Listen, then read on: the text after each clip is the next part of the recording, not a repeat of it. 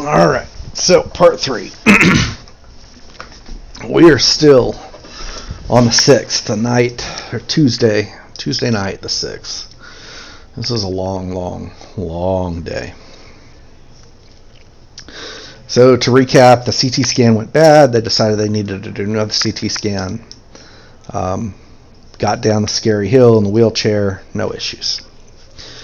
If you remember, like I said, you had the hospital, and then you had the garage base that had the CT scan. You had a parking lot, and then there was a road that went past the parking lot, and that was where the big hill was. So they brought me down the hill, and now they needed to bring me into the parking lot, into the CT scan room.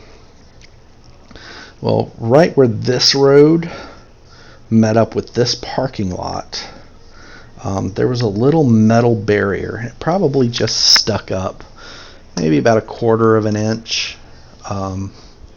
It looks like it was just there from whenever they laid the asphalt. It was just kind of, architectural foundation, or edging, or whatever they needed to do to lay the asphalt.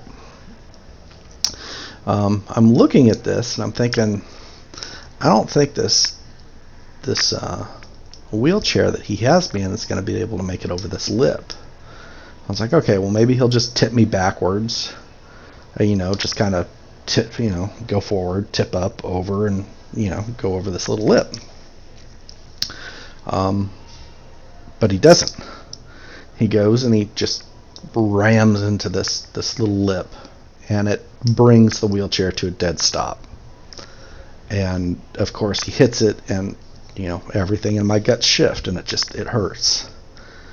And he pulls the wheelchair back, and he slams into it again, trying to force the wheelchair over this lip. And when he slams it again, it hurts. And then he pulls the wheelchair back, and he does it a third time. And it's just, every time he decides he's going to do it this way, he's determined to just push over this lip. Every time he tries, it hurts my stomach. I look over to the left, and I see that there's a small gap where this edging had either been worn away or removed or whatnot, and I hear the nurse behind me say, "You should wheel him over here where the lip's missing." And he says, "No, we're fine."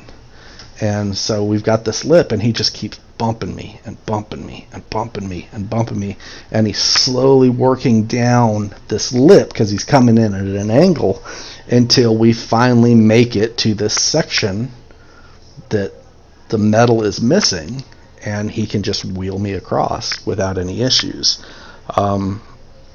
He probably hit me 6 or 7 times against that lip. And again, every time he decided that, this is the way that I'm going to do it, it hurt. So he finally wheels me over to the CT room again.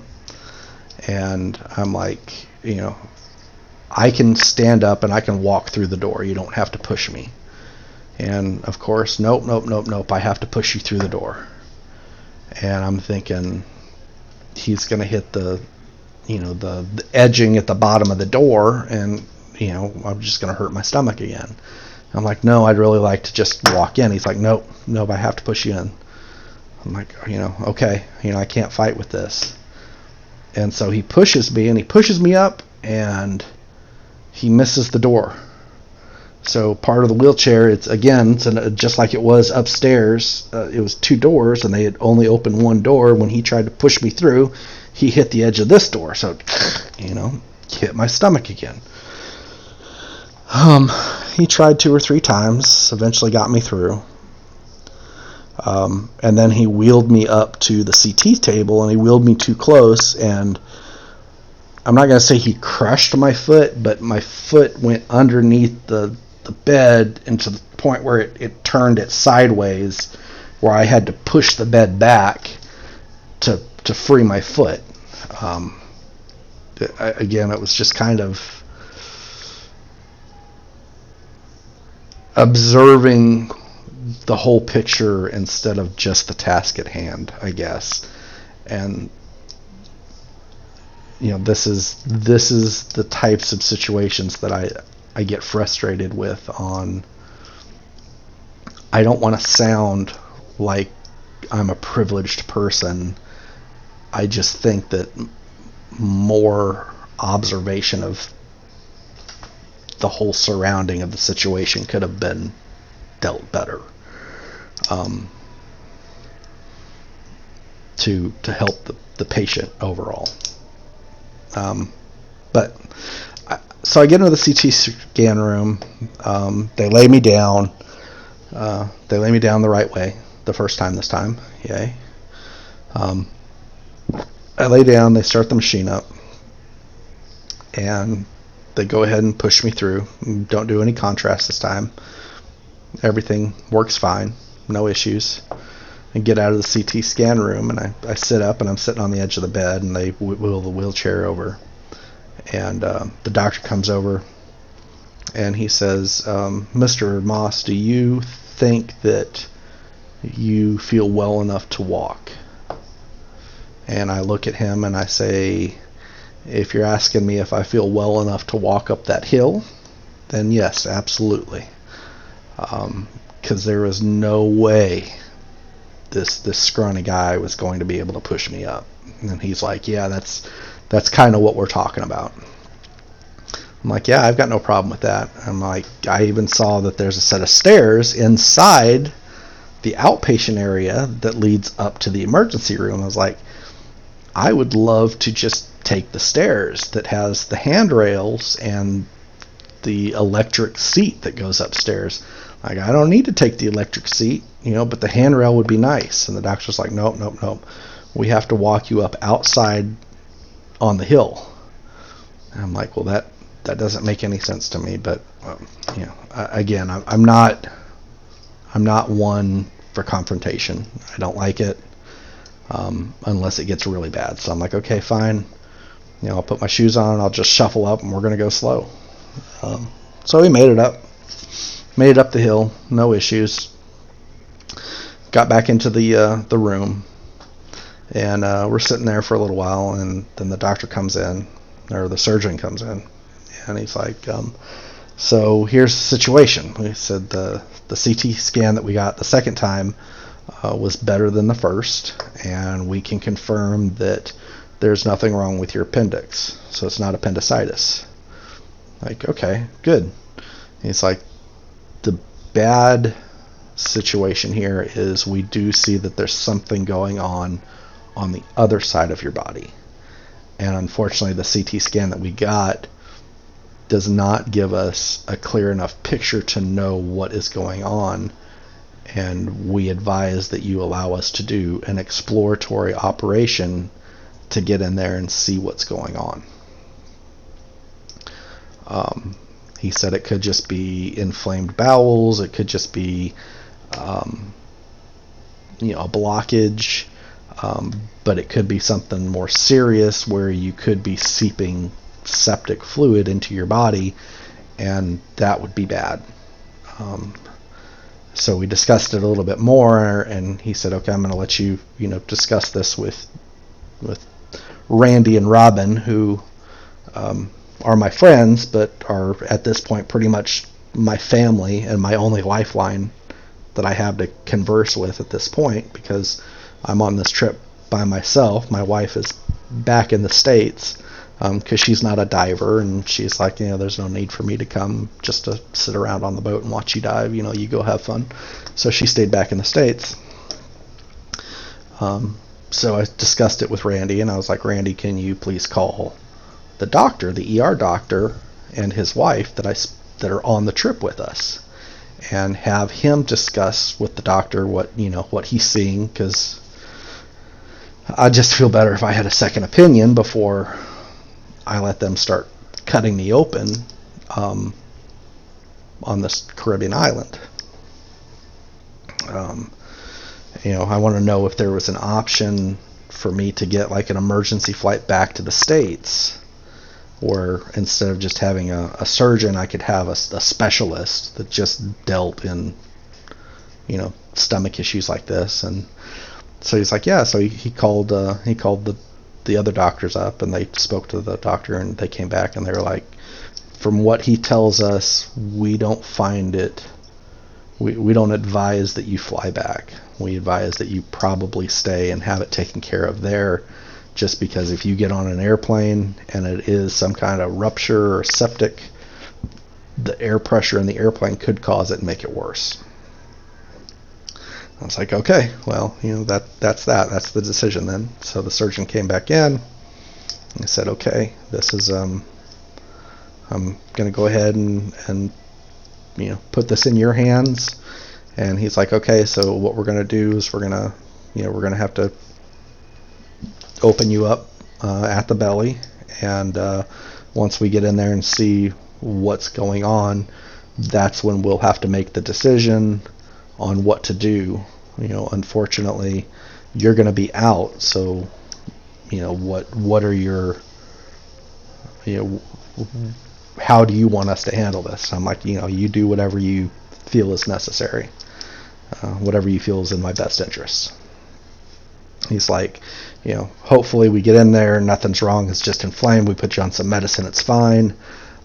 It could be if there's a part of your intestines, it could be as bad as we need to remove part of your intestines.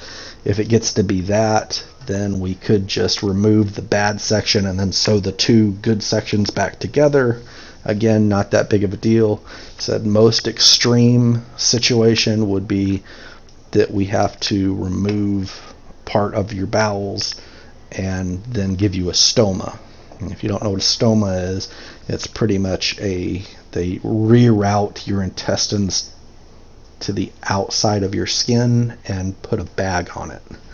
So instead of pooping out of the normal back door, I now have a bag on the front door. So I'm like, okay, you go ahead and do what you need to do. I trust you. And I said, okay. So we're going to go ahead and get the operating room set up. Like, okay. Here we go, and of course administration comes in. They're like, we need you to sign all this new paperwork and blah blah blah blah. So I signed the paperwork, and they're like, we still haven't gotten in touch with the insurance agent yet. And I'm like, there's nothing that I can do about it. I've been stuck in the CT scans and being wheeled around here. There's only so much I can do from my bed. She's like, well, we'll go ahead and put you through tonight, and we'll address this again in the morning. I'm like, okay, that's fine with me. So they come back in, and they're like, okay, we're about ready to take you into surgery. So they put me in a wheelchair, and they wheel me out into the lobby area of the emergency room. And when I get out there, there's two nurses at the nurse station, and they're kind of have these panicked look on their face. And they're kind of scrambling around. And they're both just frantically making phone calls. And I'm like, well, this doesn't bode well. And they're speaking in their foreign tongue, so I can't make out a lot of what they're saying, but I'm trying to pay as close attention as I can, and I pick out nada morphine, and I'm sure I probably lost a lot of color in my face when I heard that. And one of the nurses hangs up the phone and gets up and walks back around the nurse station and walks into a room that says recovery room. And she kind of fumbling around in there for a little bit, and then she comes back out, and I asked her, I said, I don't know what exactly was said, but did I make out that you said that you guys didn't have any morphine? Like, we're not going to do this without any painkillers, right? And she kind of gives me this giggle like, oh, no, everything's fine. But it was one of those, you could totally tell that she was telling me what I wanted to hear, just to try and keep me calm, which could very well be the standard operating procedure in the States for all I know. I don't know, but I could tell that it was not a genuine answer of what she was giving me. And she gets back on the phones, And I could hear her say, we are ready to open him up right now, and we can't find any morphine. And she, apparently whoever she was talking to is like, you need to call this other person, call it. So she's still making phone calls. They wheel me back into the operating room, and they lay me on the table, and the doctor's sitting over me. He's like, okay, so this is what we're going to do. And he pretty much just goes over, we're going to cut you open, see what's going on, and make the decision from there. I'm like, okay. I mentioned to him, I said, I thought I heard the nurse say that you guys didn't have any morphine. Did I hear her correctly? And he said, no, I've got enough in our storage to get through this operation. And I'm like, I would rather you have more than enough to get through this operation, not just enough. But at this point, there's nothing I can do. I'm committed, and here we go. So he go ahead and he puts me out, and that was about midnight, and I think I woke up at about 6 or 6:30 the next morning. And when I woke up, I didn't feel anything during the surgery. Everything, it's just like a nap.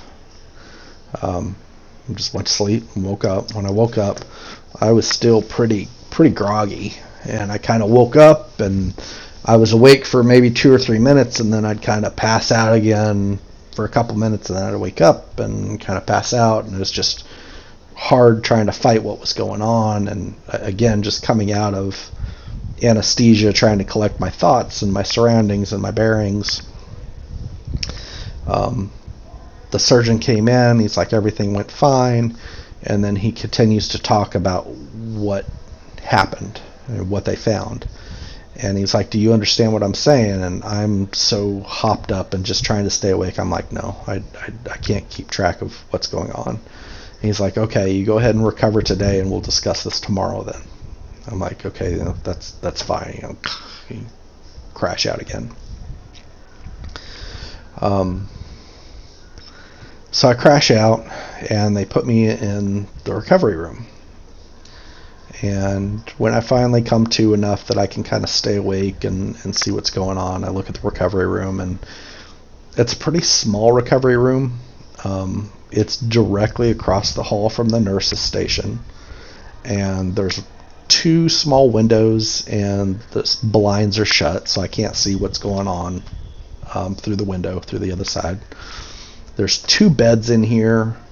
There's no TV or anything like that, and there's a lot of medical supplies kind of lined up around the corners of the room. And I don't know if they were using this also as like a storage room, or if these were just, the supplies that they needed to have on hand immediately in case anything happened. I don't know. But I laid in this room for all day, just kind of staring at the walls, not really doing anything. Again, I was still kind of in and out most of the day, so it went by pretty quick. I did have a tube that was running through my nose, and I could feel it in the back of my throat.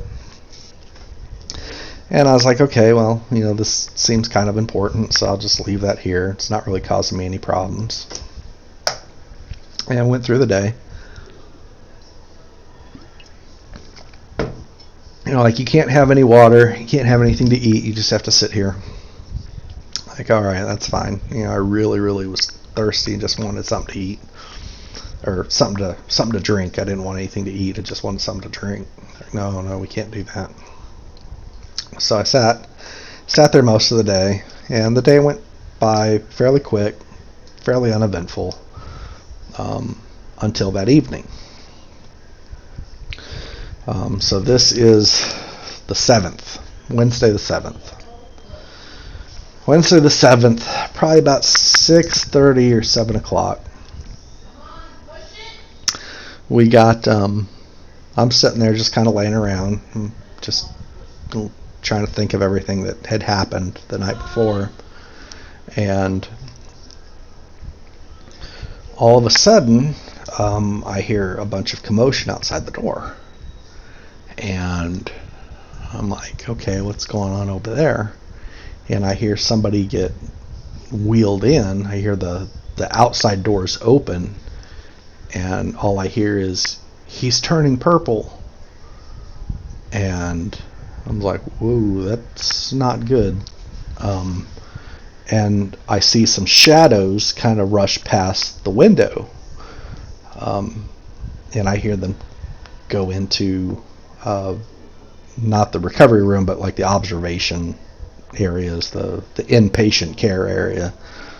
And I hear somebody yell, have we started compressions yet?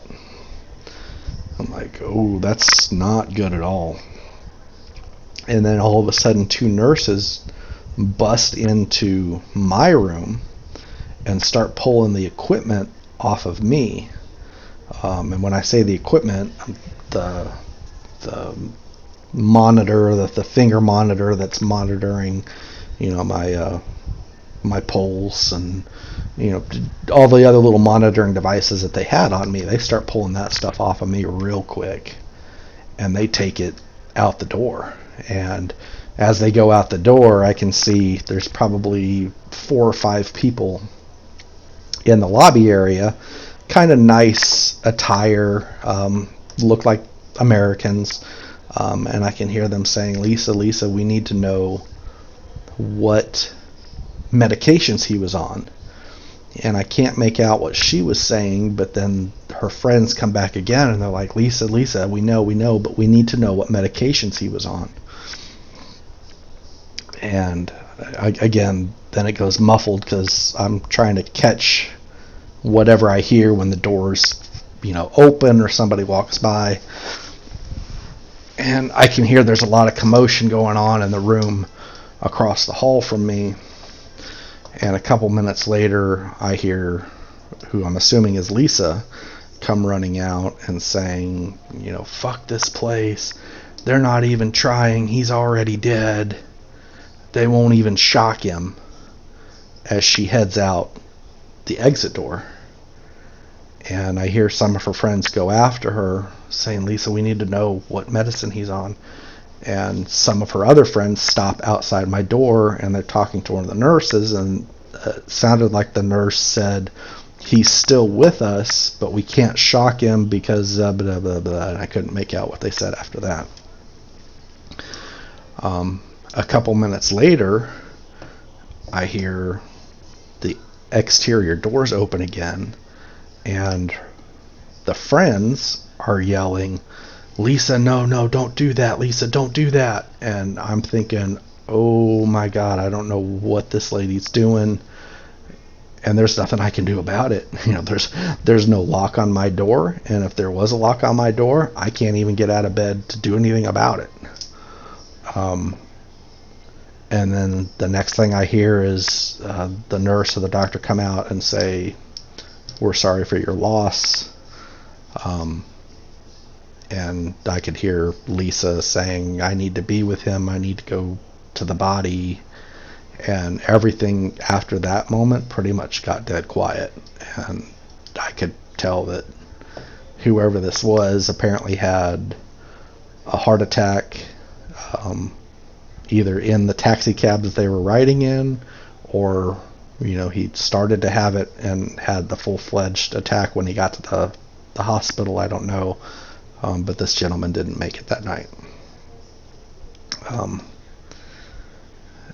After that, they started bringing the equipment that they took off of me and brought it back into the recovery room and started to reattach it to me.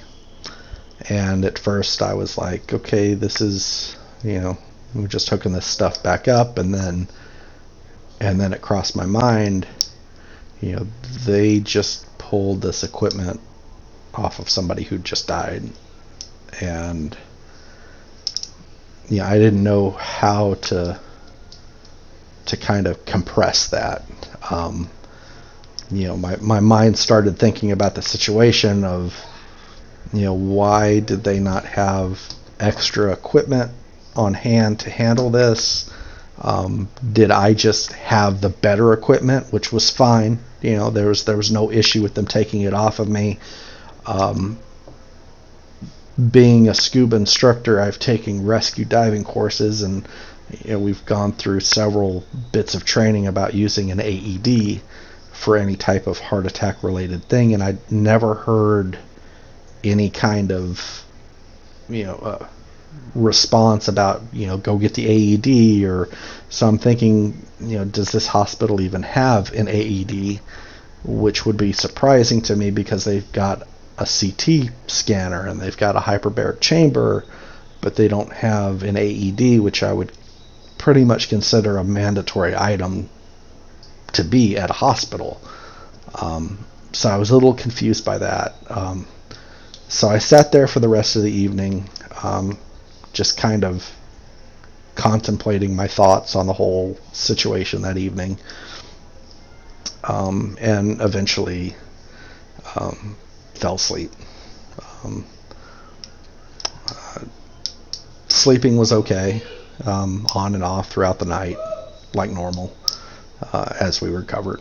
But that was Wednesday.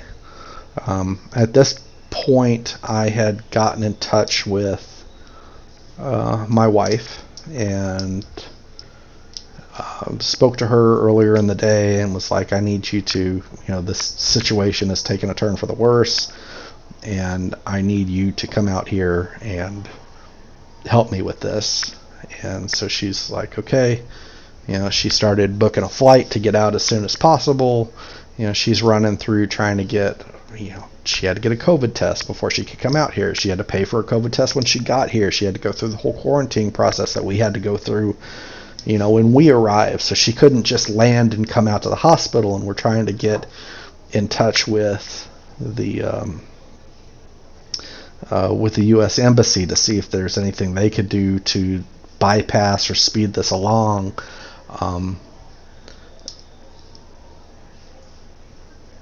The day before, I forgot to mention that the night before the surgery, I actually had the owner of the resort come by and see me in the hospital before they did the surgery. And he was like, I just wanted to swing by and see how you were doing, tell you I'm sorry this happened. If there's anything that the resort can do to help you, please contact us, please let us know. Which was, absolutely surprising to me that the resort owner would come out and be like, one of our guests is in the hospital, and we totally... when Randy and Robin came back, they were like, the kitchen staff is asking about you, and the maids are asking if you're okay, and the dive, operator, he's wanting to know how you're doing. I'm like, I haven't even met any of these people, and apparently everybody they're like, the taxi guy, Kelly, who's, brought you up here that night, we've seen him once or twice at the resort, and he's asking about you and wanting to know. So, all of these people at the resort, it was crazy, are asking about me, and I haven't met any of these people, but there's a lot of people that are on the island that are just curious about my situation and hoping that I'm doing well. So my wife had gotten set up to come out, and I called Randy, and I said the owner of the resort had mentioned if there's anything he could do to help, it would be beneficial. It's like, see if you can talk to him and see if when my wife gets here, if he can just put her in my room, since all my stuff is there, because she had to go out on her own. They wouldn't let her buy a plane ticket unless she could prove that she already had a reservation for somewhere to stay, so she had to make a reservation on her own. So she made a reservation to the same resort, but they put her in it. They didn't realize that she was my wife at the time, so they went and got all that situated, and they had my room all cleaned up and ready for her when she came in. But that was she still wasn't going to be able to come in until Saturday. So this was Wednesday night still. So Thursday is when we started talking and getting all these plans situated, and we'll stop it at this point, and pick it up for So this is Wednesday the 7th, and we will pick it up for Thursday the 8th on that day of exciting events in the next video.